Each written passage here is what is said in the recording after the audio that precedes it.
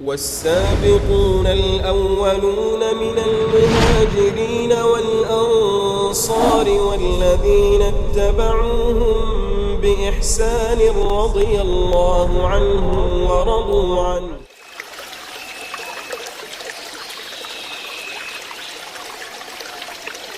بسم الله الرحمن الرحيم.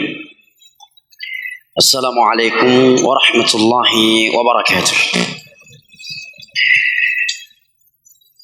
الحمد لله والصلاة والسلام على رسول الله وعلى آله وصحبه وسلم تسليما كثيرا. أما بعد, puji dan syukur senantiasa kita panjatkan kehadirat Allah Jalla wa Ala yang telah berfirman, wa in ta'uddu ni'matallahi la tuhsuha innal insana ladzalumun kafar. Jazakallahu khairan. Dan kalaulah kalian ingin menghitung-hitung akan nikmat Allah atas kalian, la tuhsuha, niscaya kalian tidak akan mampu menghitungnya. Innal insana ladzalumun kafar. Sesungguhnya manusia itu pelaku kezaliman dan kekufuran. Berkat nikmat kesehatan, kesempatan dan hidayah taufik dari Allah Jalla wa Ala, kita dapat bertemu dan berkumpul kembali di rumahnya yang mulia ini dalam rangka melanjutkan kajian tafsir Al-Quranil Azim karya Al-Imam Ibn Katsir rahimahullah ta'ala. Maka kita memohon kepada Allah Jalla wa Ala bi asma'ihil husna, dengan nama-namanya yang maha indah, was-sifatihil ula, dengan sifat-sifat yang maha tinggi, wa bismil a'zam alladhi idza su'ila bihi ajab, dan dengan namanya yang paling agung yang apabila Allah diminta dengannya maka Allah akan mengabulkan permohonan hambanya. Kita meminta kepadanya agar kembali sebagaimana ia telah mengumpulkan kita saat ini di rumahnya yang mulia ini, agar kembali mengumpulkan kita dan keluarga kita ma'an nabiyyin was-siddiqin wasyuhada'i was-salihin wa hasuna ulaika rafiqa, di syurga firdausnya di hari kiamat nanti. Amin ya rabbal alamin. Salawat beserta salam senantiasa kita sanjung sajikan kepada Nabi besar kita, keluarga dan segenap sahabat-sahabat beliau yang telah bersabda, wa man salaka tariqan yaltamisu fihi ilma sahalallahu lahu bihi tariqan ila jannah wa ma jatama'a qaumun fi baitin min buyutillah yatluna kitaballah wa yatadarasunahu fima bainahum illa nazalat alaihimus sakinah wa ghasyiyatuhumur rahmah wa hafathumul malaikah wa dzakarahumullahu fiman indah. Dan barang siapa yang menempuh sebuah perjalanan dalam rangka menuntut ilmu agama, niscaya Allah akan mudahkan baginya jalan menuju surga. Dan tidaklah ada sebagian manusia berkumpul di rumah Allah mengkaji agama Allah sesama mereka, melainkan akan turun kepada mereka sakinah ilahi, akan tercurahkan kepada mereka rahmat ilahi, wa hafathumul malaikah, malaikat-malaikat Allah akan meliputi mereka, wa dzakarahumullahu fiman indah, dan Allah akan menyebut-nyebutkan nama-nama mereka dengan pujian dan sanjungan di hadapan malaikat-malaikat yang ada di sisinya. Hadis riwayat Imam Muslim dari Abu Hurairah radhiyallahu anhu. Jamaah ibu bapak, saudara dan saudari yang ulun tuan cintai dan hormati, rahimani wa rahimakumullah. Kita lanjutkan kembali pelajaran kita dari kitab Tafsir Al-Quranil Azim karya ulama besar dalam mazhab Asy-Syafi'i, yaitu Al-Imam Ibnu Katsir rahimahullahu taala. Dan belajar tafsir ini bagian dari keutamaan mempelajari Al-Quranul Karim, atau belajar tafsir merupakan bagian dari mempelajari ilmu Al-Quranul Karim. Dan Nabi SAW bersabda, khairukum man ta'allama al-Qur'ana wa 'allamah. Sebaik-baik kalian adalah orang yang belajar dan mengajarkan Al-Quran. Hadis riwayat Al-Imam Al-Bukhari dari Utsman bin Affan radhiyallahu anhu. Dan sebagai maklumat penting yang untuk kita ketahui bersama, dan juga amat penting untuk kita tanamkan kepada anak keturunan kita serta kepada murid-murid kita, terlebih lagi mereka yang masih berumur kecil atau anak muda, bahwa di antara bentuk perhatian kita terhadap Al-Quranul Karim sebagai bentuk cinta kita kepada Al-Quranul Karim dan merupakan dasar ilmu agama serta kunci kesuksesan di dalam ilmu agama adalah menghafal Al-Quranul Karim sebelum mempelajari ilmu yang lainnya. Para ulama menyebutkan beberapa dalil yang menerangkan kepada kita pentingnya dan mulianya seorang menghafal Al-Quranul Karim. Yang pertama, hadis yang diriwayatkan oleh Imam Muslim dari Abu Qatadah radhiyallahu anhu atau dari Abi Umamah Al-Bahili radhiyallahu anhu. Nabi sallallahu alaihi wasallam menyatakan, "Iqra'ul Qur'an yu'ta yaumal qiyamah fa innahu iqra'ul Qur'an fa innahu ya'ti yaumal qiyamah syafi'an li ashabihi." Taqduhu suratul Baqarah wa Ali Imran. Bacalah oleh kalian Al-Quran, karena sesungguhnya Al-Quran akan memberi syafaat kepada ashabnya, orang-orang yang membaca dan menghafalnya. Al-Baqarah dan Ali Imran yang dia hafal, yang dia baca akan membelanya di hadapan Allah Jalla wa'ala. Dalil yang lainnya adalah hadis yang diriwayatkan oleh Imam Al-Bukhari bahwa Nabi SAW ketika menguburkan mayat-mayat para sahabat Nabi yang syahid, mati syahid di perang Uhud, mayatnya mereka banyak, dan beliau masukkan mereka di dalam satu kuburan yang sama. Ketika Nabi ingin menurunkan mayat mereka, maka pertanyaan Nabi kepada para sahabat yang masih hidup, ayyuhum aktsaru akhdhan lil Qur'an fa idza ukhbira bihi qaddamahu ala ghairihi. Ketika Nabi ingin menurunkan mayat mereka ke dalam kuburan, maka Nabi bertanya terlebih dahulu, siapa di antara mayat ini yang paling banyak hafalan Al-Qur'annya? Begitu diberitahukan kepada beliau salah satu di antara mereka yang banyak menghafal Al-Quran, maka yang pertama kali beliau turunkan dari mayatnya tersebut adalah yang paling banyak hafalannya dari Al-Quranul Karim. Ini dalil yang kedua menerangkan pentingnya menghafal Al-Quran. Dalil yang lainnya, Nabi SAW bersabda di dalam hadis yang diriwayatkan oleh Imam Al-Bukhari dan Muslim dari Abu Hurairah radhiyallahu anhu. Nabi menyatakan, ya ummul qauma aqra'uhum li kitabillah. Yang paling berhak menjadi imam suatu kaum adalah yang paling banyak hafalannya dari Al-Qur'anul Karim. Ini dalil yang ketiga menerangkan kepada kita pentingnya menghafal Al-Qur'an. Karena mungkin salat tarawih sebelah bawah rakaat dari poh 12 malam sampai subuh ya baca dalailul khairat atau kasidah di dalamnya, enggak mungkin. Al-Qur'an. Dan enggak mungkin satu bulan penuh hanya juz 30 yang dibaca.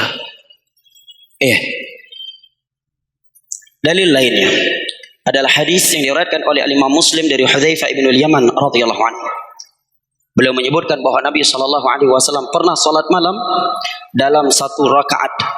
Nabi membaca setelah Al-Fatihah dengan hafalannya Al-Baqarah, kemudian Ali Imran, kemudian Al-Baqarah, kemudian An-Nisa, kemudian baru Ali Imran.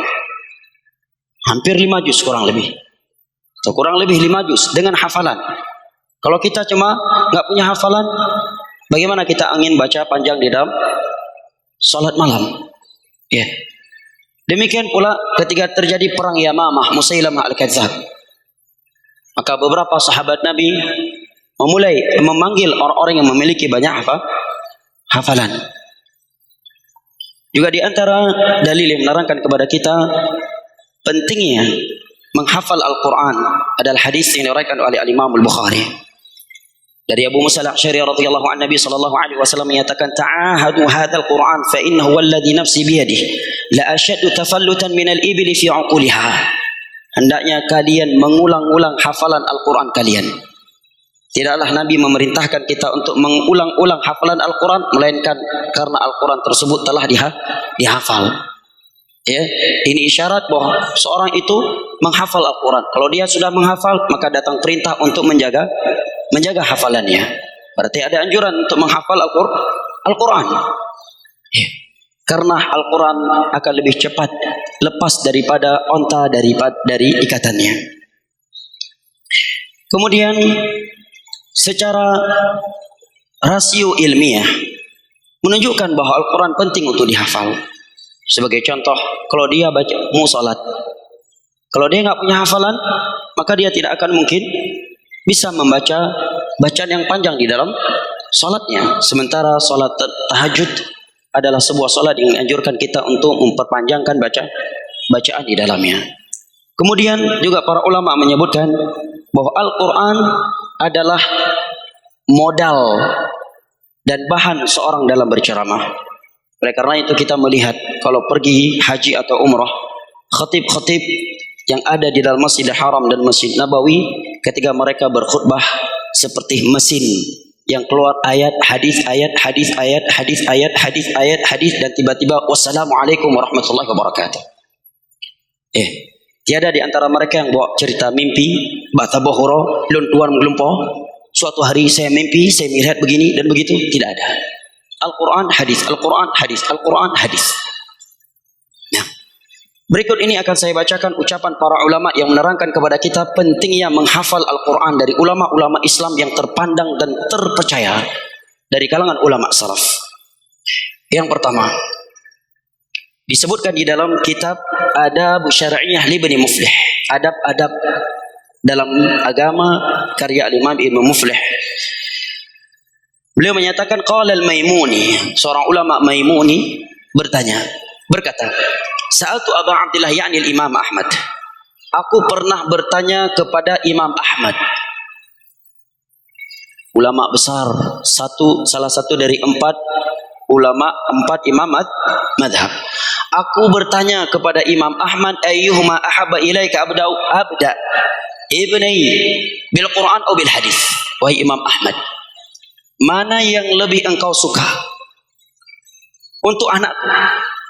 Dia memulai menghafal Al-Quran atau hadis dulu baru Al-Quran? Maka kata Imam Ahmad menyatakan, la bil Quran, bukan dengan hadis dulu. Hafalkan dia Al-Quran dulu. Ini perbandingannya dengan apa? Hadis, bukan dengan Dailul Khairat, bukan dengan kasidah, bukan dengan lagu India. Perbandingannya dengan hadis. Al-Quran dan hadis, mana yang lebih utama untuk dihafal duluan? Perbandingannya dengan hadis, bukan dengan Dailul Khairat, bukan dengan kasidah, bukan dengan syair, bukan dengan lagu India, dan bukan pula dengan hal-hal yang tidak bermanfaat. Kata Imam Ahmad, la bil Quran, Quran dulu baru hadis Nabi. Qala wa alimhu kullahu. Kemudian aku kembali bertanya kepadanya, kata Maimun, bagaimana kalau kedua-duanya sekaligus saya hafalkan untuk dia? Kata Imam Ahmad, illa an ya'sur fatu'allimuhu min. Kalau sulit, maka jangan. Kecuali kalau dia mampu, maka sebagian hadis sesekali tidak mengapa. Ini perbandingannya dengan apa? Dengan hadis Nabi SAW, kan dengan kitab Jawa, Arab Jawa, atau yang semisal dengannya. Perbandingannya dengan hadis Nabi SAW. Yang kedua, Imam Khatib Al-Baghdadi. Ini ulama besar dalam madhab Syafi'i. Al-Imam Khatib Al-Baghdadi hidup pada 400 Hijriah. Dalam kitab Al-Jami' li Akhlaqir Rawi wa Adabis Sami', kitab yang menerangkan akhlak seorang perawi hadis dan seorang murid, kata beliau, yambaghi lit-talibi an yabda bi hifdzi kitabillah azza wa jalla iz kana ajalla al-ulum wa aulaha bis-sabqi wa taqdim. Seyogyanya bagi seorang penuntut ilmu agama agar memulai dengan menghafal Al-Quran, karena Al-Quran merupakan ilmu yang paling mulia dan yang paling harus diutamakan dari seluruh ilmu agama. Khatib Al-Baghdadi, ulama besar dalam madhab Syafi'i, hidup pada abad keempat Hijriah. Kata beliau, yambaghi lit-talib an yabda bi hifdzi kitabillah azza wa jalla id kana ajalla al-ulum wa aulaha bis-sabqi wa taqdim. Seyogyanya bagi para penuntut ilmu agama agar mengawali ilmu mereka dengan menghafal Al-Quran, karena Al-Quran adalah ilmu yang paling mulia dan yang paling utama untuk dikedepankan dan diprioritaskan. Siapa yang berkata jemaah? Khatib Al-Baghdadi, tahun 400 Hijriah. Iwatenyan golomna Wahabi. Golomna Wahabi watenyan. Karena baru 400 Hijriah. Belum ada Wahabi di masa itu. Yang ketiga, Imam Nawawi, ulama besar dalam mazhab Syafi'i. Beliau hidup pada abad 600 Hijriah dan di masa itu juga belum ada Wahabi. Ya. Beliau menyatakan di dalam muqaddimah kitab beliau Al-Majmu' Syarh Al-Muhadzab, kata beliau, wa awwalu yubtada'u bihi hifdzul Qur'anil Karim fa huwa ahammul ulum. Ilmu yang pertama kali yang harus dimulai oleh penuntut ilmu agama adalah menghafal Al-Qur'anul Karim. Karena Al-Qur'anul Karim adalah ilmu yang paling mulia. Kemudian beliau mempertegaskan lagi, wa kana salaf la yu'allimuna al-hadits wal fiqh illa liman hafizal Qur'an. Dan para ulama salaf dahulu yang mereka tidak akan mengajarkan ilmu hadis dan fikih kecuali kepada orang-orang yang telah menghafal Al-Qur'anul Karim secara keseluruhan. Ini Imam Nawawi, ulama besar dalam mazhab Syafi'i. Dan beliau hidup pada abad 600 Hijriah. Sekali lagi, di masa itu belum ada Wahabi. Dengan tanda kutip. Kemudian Imam Syafi'i dalam kitab Sifatus Safwah karya Al-Imam Ibnul Jauzi jilid kedua halaman 151, beliau menyatakan, man ta'allama al-Qur'an 'azumat qimatuh. Barang siapa yang menghafal Al-Qur'an, belajar Al-Qur'an, dia akan mulia. Jangan dibuat justru sebaliknya. Yang hafal Al-Quran dapat pem. Yang hafal Al-Quran yang cuma hafal kasidah, lagu India dapat Yang hafal Al-Quran dapat pem. Sebaliknya, zaman sekarang Imam Syafi'i menyatakan, man ta'allama al-Qur'ana 'azamat qimatuh. Orang yang menghafal Al-Quran, belajar Al-Quran akan mulia di sisi para ulama. Imam Syafi'i. Ibnu Abdul Bar, seorang ulama bermazhab Maliki, hidup pada abad 400 Hijriah, ulama besar kaum muslimin di Maroko, di Maghrib. Dalam kitabnya Jami' Bayanil Ilmi wa Fadlih, beliau menyatakan, Al-Quran aslul ilm. Al-Quran merupakan landasan ilmu yang paling utama. Faman hafizahu qabla bulughihi thumma farigha ila ma yasta'inu bihi ala fahmihi min lisanil Arab kana dhalika lahu 'aunan kabiran ala muradihi min. Barang siapa yang menghafal Al-Quran sebelum umur balik. Umur balik dalam Islam kalau laki-laki sudah sempurna umurnya 15 tahun dengan hitungan Hijriah, atau sudah mimpi basah, atau dengan tumbuhnya, mohon maaf, rambut di sekitar kemaluan. Untuk wanita ditambah tanda yang keempat, yaitu sudah haid. Kata beliau, orang yang telah menghafal Al-Quran 30 juz sebelum umur balik, setelah itu dia baru belajar bahasa Arab dan ilmu yang lainnya, maka sungguh hafalan dia yang telah dia selesaikan akan membantu dia untuk memahami seluruh ilmu setelah itu. Bukan sebaliknya. Ini ucapan ulama Islam yang benar-benar ulama. Ibnu Abdul Bar hidup di abad 400 Hijriah dari Maroko. Kalau dia hafal Al-Quran sebelum balik, setelah itu baru belajar bahasa Arab, maka hafalan dia Al-Quran tersebut akan membantu dia untuk memahami sastra Arab dengan benar. Kemudian kata beliau, wa min sunani Rasulillah sallallahu alaihi wasallam, dan akan membantu dia untuk memahami hadis-hadis Nabi sallallahu alaihi wasallam. Beliau juga menyatakan di tempat yang sama, awwalul ilm hifdzu kitabillah azza wa jalla wa tafahumuh. Ilmu yang pertama kali harus dipelajari adalah menghafal Al-Quran dan memahaminya. Wa kullu ma yu'inu ala fahmihi fawajibun talabahu ma' wa la aqulu inna hifdhahu kullahu fardun. Dan seluruh bidang ilmu yang membantu kita untuk memahami Al-Quran maka juga wajib dipelajari. Akan tetapi aku tidak menyatakan bahwa menghafal Al-Quran secara keseluruhan 30 juz itu wajib. Walakinni aqul inna dhalika syartun lazimun ala man ahabba an yakuna aliman faqihan. Tapi menghafal Al-Quran 30 juz merupakan syarat yang harus ada pada orang yang ingin menjadi ulama dan menjadi faqih, nasiban nafsuhu lil ilm, yang menobatkan dirinya kepada ilmu agama. Laisa min babil fard, bukan sebagai kewajiban. Tapi kalau dia ingin menjadi ulama, ingin menjadi faqih, ingin dinobatkan ke ilmu agama, syartun lazimun. Ini syarat, harus hafal Al-Quran.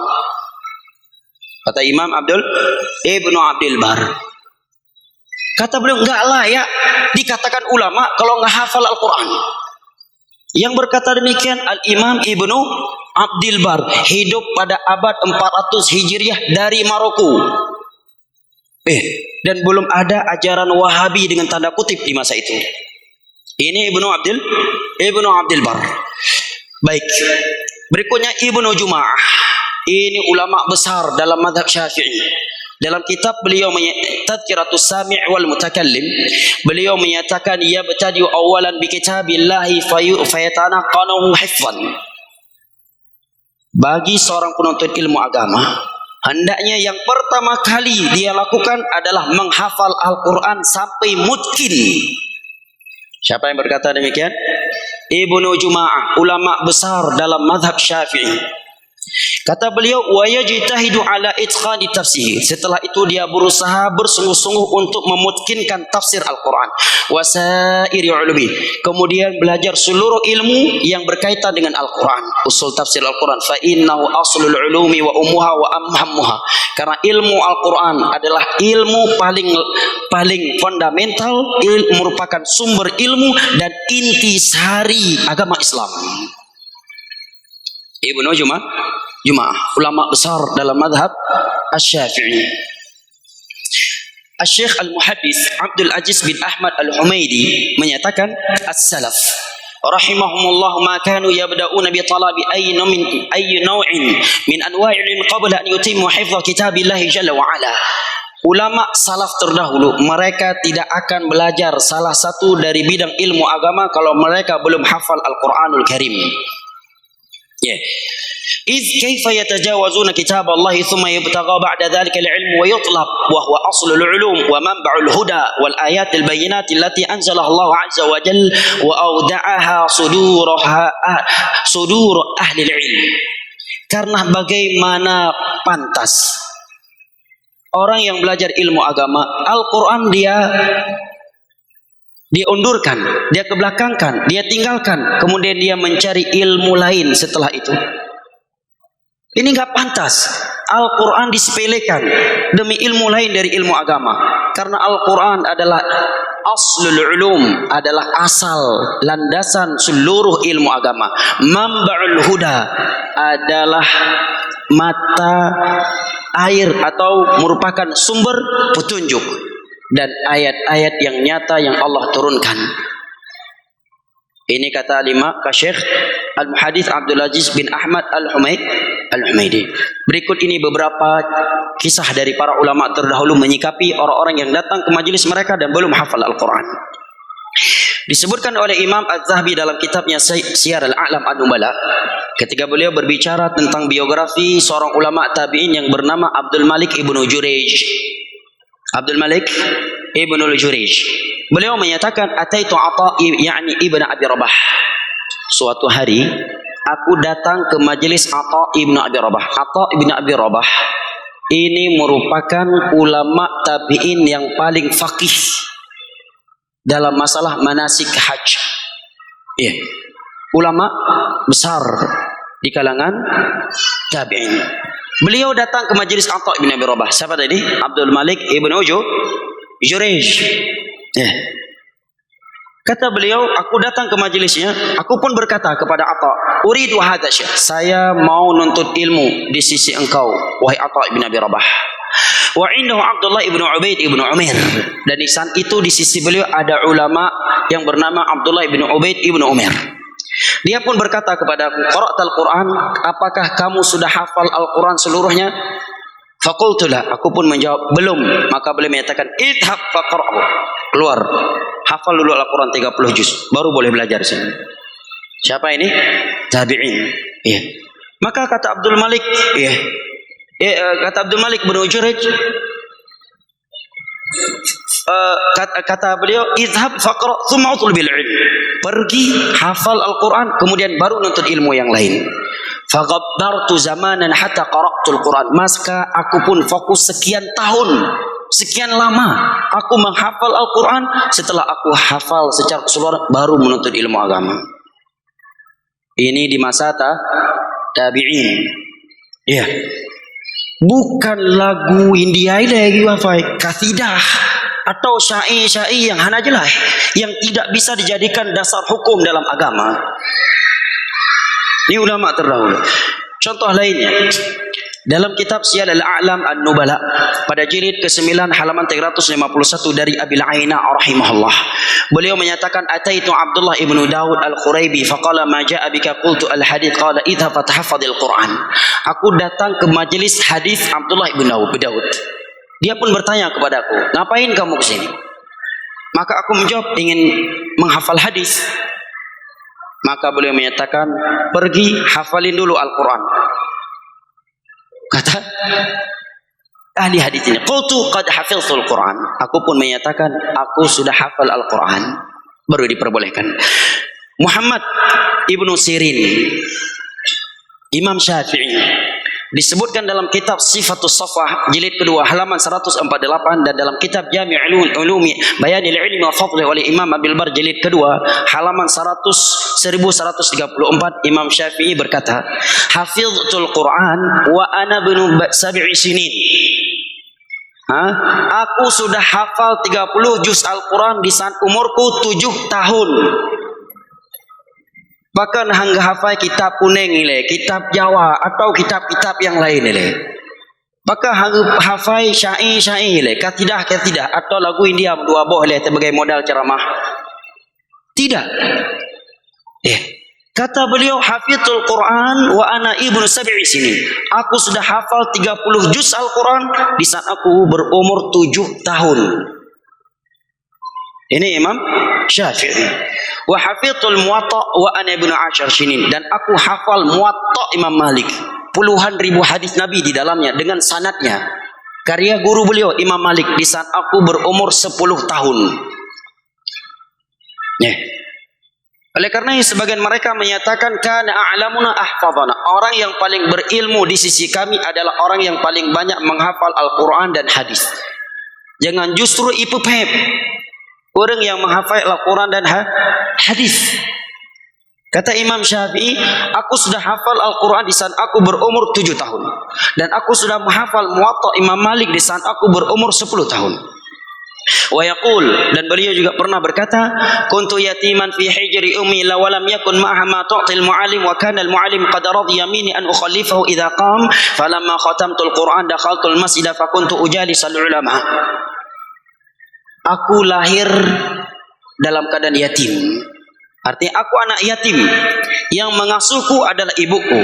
Dan ibuku adalah wanita lemah, miskin, enggak punya uang yang bisa dia berikan kepada guru-guru agama yang akan mengajarkan aku. Tetapi saat itu ada guru yang rela menerimaku dan aku membantunya ketika beliau pergi. Begitu aku sudah hafal Al-Quran 30 juz, kemudian masuk masjid, setelah itu baru duduk di depan para ulama. Sebelumnya di mana dulu? Halaqah Al-Quran dulu. Imam Syafi'i rahimahullahu ta'ala. Imam Ibnu Hajar Al-Asqalani, ulama fikih hadis dalam mazhab Syafi'i. Beliau disebutkan oleh murid beliau sendiri As-Sakhawi dalam kitabnya Al-Lami'. Ketika membicarakan biografi Ibnu Hajar, beliau menyatakan annahu hafizal Qur'an wa huwa ibnu 9 sinin. Ibnu Hajar ini sudah hafal Al-Quran di saat beliau berumur 9 tahun. Ibnu Hajar hana gedepa na yang lebih penting. Pakah hang belajar kitab Jawa le, menghafal kitab syair-syair le mumpadung boh. Hana gedepa penting belajar kitab yang lain ni le. Belajar nahwu le, belajar saraf le. Tidak. Umur 9 tahun Ibnu Hajar Al-Asqalani udah hafal Al-Quran. Syekh Muhammad bin Abdul Wahab umur 10 tahun hafal Al-Quran. Syekh Utsaimin juga di umur belum balik udah hafal Al-Quran. Syekh bin Baz juga demikian. Setelah itu baru mereka belajar yang lain. Jangan kita balik. Na'udzubillah min dzalik. Sungguh besar dosa kita kalau gara-gara ucapan kita orang jadi berhenti menghafal Al-Quran. Sungguh besar dosa kita jamaah. Kalau kita menyatakan tidak penting menghafal Al-Quran, walaupun menghafal, hafalkan saja 1 atau setengah juz. Kemudian gara-gara ucapan kita, anak-anak kecil yang sedang berusaha untuk mengkhatamkan Al-Quran, menghafal Al-Quran berhenti. Sungguh dosa jariah yang akan menyertai kita. Di dalam sebuah hadis yang diriwayatkan oleh Imam Muslim dari Abu Hurairah radhiyallahu anhu, Nabi sallallahu alaihi wasallam bersabda, "Wa man da'a ila dhalalatin kana 'alaihi wizruha wa wizru man tabi'ahu min ghairi an yanqasa min awzarihim syai'a." Barang siapa yang menyuruh kepada kesesatan, adakah kesesatan yang lebih besar daripada ucapan yang mengatakan tidak penting menghafal Al-Quran dengan alasan khawatir nggak akan faqih, nggak akan paham ilmu agama? Sangat bahaya. Maka Nabi menyatakan barang siapa yang menyuruh kepada suatu kesesatan, dia akan menanggung dosa tersebut dan dosa orang-orang yang melakukan kesesatan tersebut tanpa mengurangi dosa mereka sedikit pun. Dan Allah menyatakan, wa min awzaril ladzina yudhillunahum bighairil ilm ala sa'a ma yazirun wa la yahmilunna awzarahum kamilatan yaumal qiyamah ma min awzaril ladzina yudhillunahum bighairi ilm. Sungguh orang-orang yang telah menyesatkan manusia tanpa ilmu akan menanggungkan dosanya sendiri dan akan memikul seluruh dosa orang-orang yang sesat karena ucapannya. Ucapan ayat hadis yang menerangkan keutamaan menghafal Al-Quran jelas. Ucapan para sahabat, para tabi'in, tabi'ut tabi'in, Imam Syafi'i dan sekian ulama Islam cukup jelas. Kalau saya sebagai orang Muslim, saya lebih percaya kepada hadis ucapan sahabat, tabi'in, tabi'ut tabi'in dan ulama Islam daripada selain mereka terkait menghafal Al-Quran. Nah, memiokan Al-Quran dapat hafai ba'ana min ilai. Persi dapat hafai. Dan dengan menghafal Al-Quran, IQ seorang itu semakin hari semakin tinggi. Anak yang IQ-nya rendah, kalau dia terus-menerus menghafal Al-Quran, IQ-nya akan semakin cerdas. Memiokan Al-Quran bukan hadis yang dihafalkan. Apa yang mau dihafalkan? Cai, katidah, lagu India. Mionya dapat hafai 6 tahun ijabut iwa matang tinggi-tinggi. Itu bit dari batan keren tinggi-tinggi. Mi hafal Al-Quran hadis. Tapi sayang, banyak orang yang terpengaruh dengan syubhat tersebut. Nyangkeh yang gekel le urang tuha tayo jaman yang deh kinang penget. Dalam terang menerang ada cahaya, kita bisa salah jalan. Para ulama menyebutkan ada beberapa syubhat sebagian orang untuk tidak menghafal Al-Quran. Di antaranya sibuk dengan ilmu agama. Maka bantahannya kata para ulama adalah hadis dan ucapan ulama Islam yang memerintahkan kita untuk mengawali dengan menghafal Al-Quran. Yang kedua, bagaimana dikatakan kita tersibukkan nanti dari ilmu yang lain kalau hafal Al-Quran. Sementara Al-Quran adalah landasan ilmu yang paling utama. Dan Alhamdulillah, di pondok-pondok sunnah, di samping ada tahfidzul Quran, juga ada pelajaran nahwu, ada pelajaran jurumiyah, mutammimah, syarah mutammimah, ad-duratul bahiyah, qatrun nada dengan syarahnya Ibnu Hisham, Alfiyah Mimalik dengan syarahnya syarahnya Ibnu Aqil, ya, dan juga Mughni Labib Al-Imam Ibnu Hisham. Syaraf juga ada pelajaran syaraf, kitab-kitab Arab, Sahih Muslim dengan syarah Imam Nawawi, Sahih Bukhari dengan syarah Imam Ibnu Hajar Al-Asqalani. Ya, kitab akidah ada pelajaran kitab Lu'atul I'tiqad, gurunya karyanya Imam Ibnu Qudamah. Ya, dan kitab-kitab Arab yang lainnya. Dengan menghafal Al-Quran, seluruh ilmu agama akan mudah untuk dipelajari dan dihafal setelah itu. Baik karena tayo hai ta mahfai dan baik deh tayo hana hafalan Al-Quran, tayo paham orang menghafal Al-Quran, sungguh besar dosa kita jamaah ini, muliakan Allah kalau seperti itu sikap kita. Ini hal yang amat penting untuk saya terangkan agar anak keturunan kita tidak terkena syubhat kaum liberal yang menghafal Al-Quran. Itu syubhat kaum liberal. Ada salah satu tokoh liberal Indonesia yang menyatakan zaman sekarang nggak penting, nggak perlu lagi hafal Al-Quran karena sudah zaman digital. Kibai gaban gala kah babangai tertuh perten haba bangai. Alasannya ini zaman digital.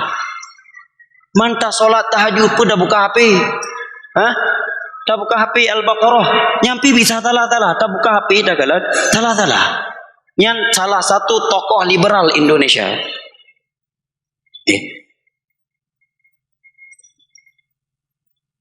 Menyatakan ini zaman digital. Padahal kalau kita ikut hadis Nabi tentang nestafa akhir zaman, di antara tanda dekatnya hari kiamat adalah tidak ada lagi orang yang menghafal Al-Quran. Dalam Sahih Muslim Nabi sebutkan hari kiamat terjadi tatkala Al-Quran Allah angkat dari mushaf. Mushaf ini tiba-tiba kosong, nggak ada lagi tulisan Al-Quran. Wa min suduri rijal, dan tiba-tiba para penghafal Al-Quran dada mereka kosong, tidak ada lagi Al-Quran. Dan saat itu kalimat Allah tidak ada lagi yang menyebutkannya. Maka atas mereka terjadi hari kiamat wahum syirarul khalqi indallah, dan mereka seburuk-buruk makhluk di sisi Allah Subhanahu wa taala. Syarat bahwa Al-Quran itu dihafal dengan dada jamaah. Sungguh benar apa yang dikatakan oleh para ulama terdahulu, man khalafa sunnah tanaqad. Barang siapa yang beragama tidak mengikuti jalannya para sahabat, para tabi'in atau tabi'ut tabi'in yang telah dibawa oleh para ulama setelahnya seperti 4 imam mazhab, pasti banyak kontradiksi pada ucapan dan perbuatannya. Nah, ini hal yang sangat penting untuk saya sampaikan agar kita tetap cinta menghafal Al-Quranul Karim, dan agar kita tetap menanamkan kecintaan untuk menghafal Al-Quranul Karim kepada anak keturunan kita dan murid-murid kita, agar mereka dan kita mendapatkan sebuah keutamaan yang Nabi SAW sebutkan di dalam hadis yang sahih, man qara al-Qur'ana yuksa yaumal qiyamah tajan dhau'uhu ahsan min dhau'i syams wa yuksa walidahu tajan dhau'uhu ahsan min dhau'i syams fayaqulani bima kusina hadha fayuqalu bi akhdhi waladikum al-Qur'an. Pada hari kiamat orang yang menghafal Al-Quran diberikan mahkota yang cahayanya lebih hebat daripada cahaya matahari, dan kedua orang tuanya juga diberikan mahkota yang cahayanya lebih hebat dari cahaya matahari. Mereka pun berkata, ya Allah, kenapa kami bisa memiliki mahkota ini? Dikatakan kepadanya, karena anak kalian penghafal Al-Quran. Karena anak kalian telah mengambil Al-Quran. Dan buktinya lagi di dunia, Nabi ketika menurunkan mayat para sahabat yang mati syahid di medan Uhud, Nabi tanya dulu, dari mayat ini siapa yang paling banyak hafalannya? Begitu diberitahukan, maka dia duluan yang diturunkan mayatnya ke dalam liang lahat. Tajak rawi dia paham orang menghafal Al-Quran, la haula wala quwata illa billah. Kita mesti bertobat kepada Allah dan banyak-banyak beristighfar dan bertobat kepada Allah dari ucapan-ucapan yang seperti ini, andai kata keluar dari mulut kita. Di sini ada pertanyaan afwan Ustaz di luar tema, apa hukumnya jualan di trotoar? Apakah dibolehkan Ustaz? Jazakallahu khairan. Ini perlu ditanyakan kepada aturan pemerintah setempat, dan saya kira pemerintah tidak mengizinkan jual beli di trotoar. Betul? Ada pihak aparat keamanan di sini atau Satpol PP, karena jawaban ini berkaitan dengan peraturan negara. Kalau negara melarang maka tidak boleh, karena Allah berfirman di dalam surat An-Nisa, ya ayyuhalladzina amanu athi'ullaha wa athi'ur rasul wa ulil amri minkum. Wahai orang-orang yang beriman, taatilah Allah, taatilah Rasul dan para pemimpin di antara kalian. Kaidah taat pemimpin, kata Syekh Utsaimin dalam Riyadhus Shalihin, kita wajib taat terhadap seluruh perintah dan peraturan yang dibawa oleh penguasa kita, sekalipun itu aturan tidak ada dalam Al-Quran dan hadis, selama tidak bertentangan dengan Al-Quran dan hadis. Dan ini nggak bertentangan. Kedua, kalau kita jadikan trotoar untuk jual beli, khawatirnya kita kena hadis Nabi yang berbunyi, man ada musliman aw dhayyaqa manzilan aw qata'a tariqan fala jihadalah. Barang siapa yang memutuskan jalan, mengganggu seorang muslim dan menyempitkan fasilitas umum, maka jihad yang dia lakukan menjadi sia-sia. Hadis ini ada sababul wurudnya. Ketika Nabi dan para sahabat yang berangkat jihad, beberapa sahabat Nabi keluar dengan cara yang menutupi jalan umum. Maka Nabi perintahkan seorang sahabatnya untuk berteriak menyatakan, man ada musliman aw qata'a tariqan aw dhayyaqa manzilan fala jihadalahu. Wahai mujahidin, barang siapa yang keluar jihad dengan cara menyakiti, mengganggu seorang muslim, menyempitkan fasilitas umum atau memutuskan jalan umum, maka jihad yang sedang ia lakukan tiada arti di sisi Allah Subhanahu wa taala. Apalagi jual beli di trotoar. Dan ini jelas saya kira hal yang terlarang dalam aturan pemerintahan. Betul? Terlarang kan? Karena kalau pemerintah bilang nggak apa-apa, maka hukumnya menjadi halal. Karena ini kembali kepada aturan negara. Nah,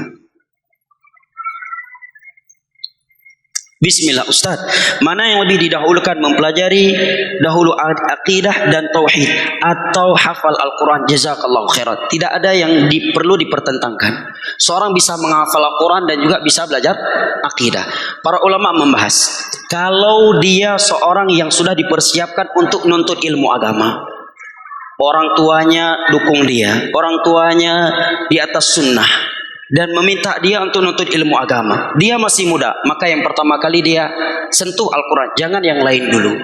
Tetapi kalau dia orang yang telat hijrah, dia hijrah dalam keadaan akidah belum tahu, tata cara sholat belum tahu, sifat wudhu belum tahu, haji yang benar belum tahu, maka yang paling penting ya dia mempelajari rukun-rukun Islam yang dengannya dia bisa menyembah Allah Jalla wa'ala. Karena Allah berfirman, wa ma khalaqtul jinna wal insa illa liya'budun. Tidaklah aku menciptakan manusia kecuali agar, dan bangsa jin dan bangsa manusia kecuali agar mereka beribadah kepada aku. Dan di samping itu, di sela-sela itu dia juga menghafal Al-Quran. Jelas ya? Seperti Imam Abdul Bar katakan tadi, kalau dia orang yang ingin menjadi alim, dinobatkan ke ilmu agama, syaratnya dia hafal 30 juz Al-Quran, walaupun itu bukan wajib. Tapi kalau dia ingin menjadi ulama, orang yang dinisbatkan ke ilmu agama, itu sebuah keharusan sudah. Ya, tapi kalau kondisi dia seperti yang kedua tadi, maka penjelasannya seperti di atas. Oleh karenanya para sahabat dahulu yang sudah tua, ya, baru kenal Islam, maka mereka diluruskan akidah oleh Nabi. Ayat turun kepada mereka satu demi satu. Datang Arab Badui tanya, wahai Rasulullah, ajarkan aku salat. Nabi pun ajarkan untuk dia salat. Nabi nggak menyatakan hafal Al-Quran dulu 30 juz karena sudah tua. Tapi dalam dunia pendidikan, para ulama bentukkan seperti itu agar tersusun ilmu seseorang. Nah,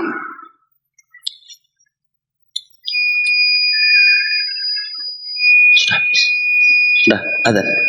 Baik, karena waktu yang telah habis, saya kira sampai di sini. Lebih dan kurangnya luntuan mohon maaf. Wabillahi taufiq wal hidayah. Wassallallahu ala nabiyina Muhammad wa ala alihi wa sahbihi wasallam. Wa akhiru da'wana anil hamdulillahi rabbil alamin. Wassalamualaikum warahmatullahi wabarakatuh.